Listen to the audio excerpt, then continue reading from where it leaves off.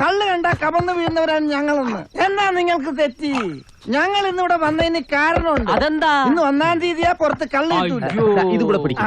എത്രയായി? ഇതും കൂട്ടി 8. എണ്ണിക്കോണേ. 5 കഴിഞ്ഞാ പിന്നെ ഓർമ്മയുണ്ടാവൂല. അതെന്താ? 5 മേലെ അവന് എണ്ണാൻ അറിയത്തില്ല. എന്നാ മക്കൾ 6 ഉണ്ട്. കടിക്കും ഞാൻ. ഈ വീട് വാങ്ങിച്ചതാണോ അതോ വിലക്കെടുത്തതാണോ? വാടകയ്ക്കാ. അത് ബുദ്ധി. അല്ല, എന്ന് വരെ ഇവിടെ കാണും.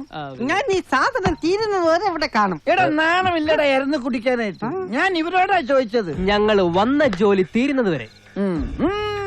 പറമ്പത്ത് രാജുവിനെ ഇറക്കണ കേസാണെങ്കിൽ അത് നടക്കില്ല. അതെന്താ?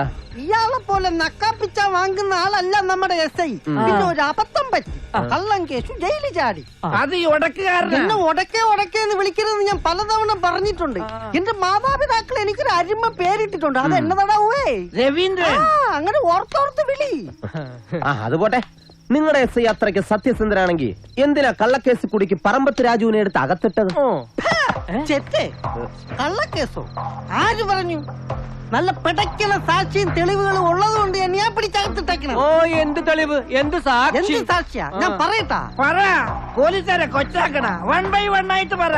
പക്ഷെ 5 കൂടുതൽ പറയരുത്. നമ്പർ 1 പുഷ്പൻ. 1-ാം തരം ദൃക്സാക്ഷിയല്ലേ? അതെ അതെ. പിന്നെ 2 നമ്പർ 2. നമ്പർ 2 പോണ ആ പെണ്ണും പിള്ള സുശീല. എനിക്ക് നല്ല സാക്ഷിയല്ലേ? പിന്നെ നമ്പർ 3 പുഷ്പൻ എഴുതിയ കത്ത്. നല്ല തെളിവുകൾ തന്നെയാണ്. അതെ. എടാ ഉടക്കേ, നീ എന്തിനാടാ പോലീസിന്റെ തെളിവുകളൊക്കെ അവർക്ക് ചോർത്തി കൊടുത്തത്? ഇതെങ്ങാനും നമ്മുടെ SI അദ്ദേഹത്തിനെ ചവിട്ടി ചെന്നാലുണ്ടല്ലോ. സാക്ഷികളും തെളിവുകളൊക്കെ കോടതിയിൽ എത്തിയില്ലെങ്കിൽ നിങ്ങളുടെ സാർ എന്ത് പിണ്ണാക്ക് ചെയ്യും? അല്ല, അതിപ്പോ കുപ്പി കൊണ്ടായാലും തെളിവും കൊണ്ടുപോയടാ. അപ്പൊ രാത്രി യാത്രയില്ല. അടുത്ത 1-ാം തീയതി കാണാം. പിന്നെ നീ ഇവിടെ കിടന്നോ? വിളിച്ചോ? വിളിച്ചില്ല. ചോദ്യമായിരിക്കും. ചെറ്റകള്. എന്റെ കാലിൽ തന്നെ തുപ്പി.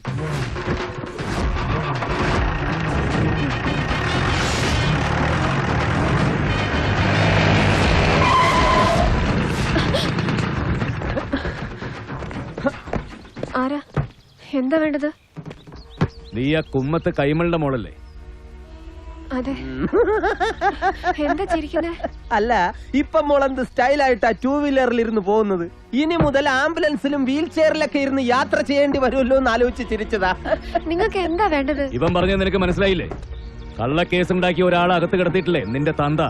ഇനി ഏതെങ്കിലും തരത്തിൽ ഇൻഫ്ലുവൻസ് ചെയ്ത് ആ കേസിന്റെ പ്രോസിക്യൂട്ടറായി കള്ളസാക്ഷികളും തെളിവുകളും ഉണ്ടാക്കി പറമ്പത്ത് രാജുവിനെ ഇനിയും ജയിലിൽ തന്നെ കിടത്താനാണ് ഭാവമെങ്കിലേ എന്റെ മോൾ എഴയും. ഇങ്ങനെ ചെന്ന് നിന്റെ തന്തയോട് പറഞ്ഞു കൊടുത്തേക്ക്. വാടാ. അതെ, ഞങ്ങളൊക്കെ മഹാഗുണ്ടകളാ. ഇവിടെ കിടന്ന് അടി വാങ്ങണമെങ്കിൽ എന്നെ കൂടെ കൊണ്ടുപോ.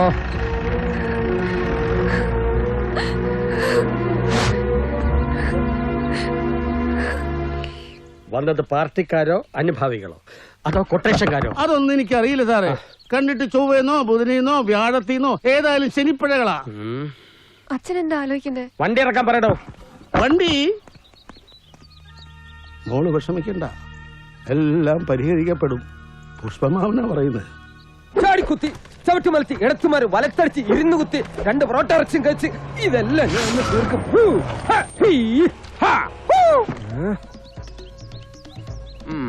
ഇതാണ് ചൊവ്വ.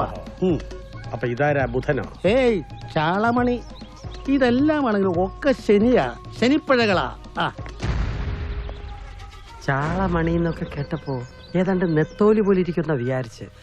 ഇവൻ ഭയങ്കര സൈസാണല്ലോ, തിമിങ്ങല മാതിരിയുണ്ട്. പോവാം. ഏതായാലും വന്നു. 2 വാക്ക് പറഞ്ഞിട്ട് വേഗം പിരിയാ. അധികം കനം വേണ്ട, ലൈറ്റ് ആയിട്ട് മതി. എന്താ വേണ്ടേ? ഒരു പാവം പെൺകുട്ടിയെ വഴിയിൽ തടഞ്ഞു നിർത്തിയല്ല വീറ് കാണിക്കേണ്ടത്. ആണാണെ ആണിനോട് കാണിക്കേ.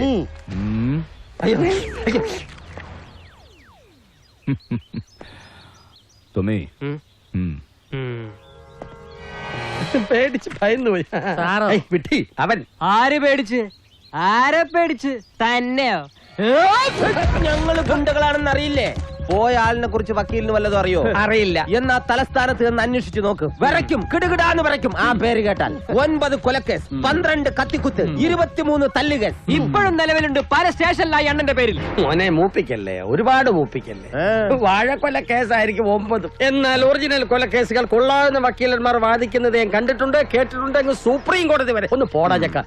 ഇനി റോഡിലൂടെ പോകുന്ന പിഞ്ച് പൈതങ്ങളെ തടഞ്ഞിർത്തി വരട്ടി എന്നറിഞ്ഞാൽ ഈ കൈമളുടെ തനി സ്വരൂപം താൻ കാണും. തടയും വിരട്ടും. തോന്നിയാൽ ആരെയും നമ്മൾ വിരട്ടിയിരിക്കും. പേടിയുണ്ടെങ്കിൽ മോളെ വീടിനകത്ത് പൂട്ടിയിടുക.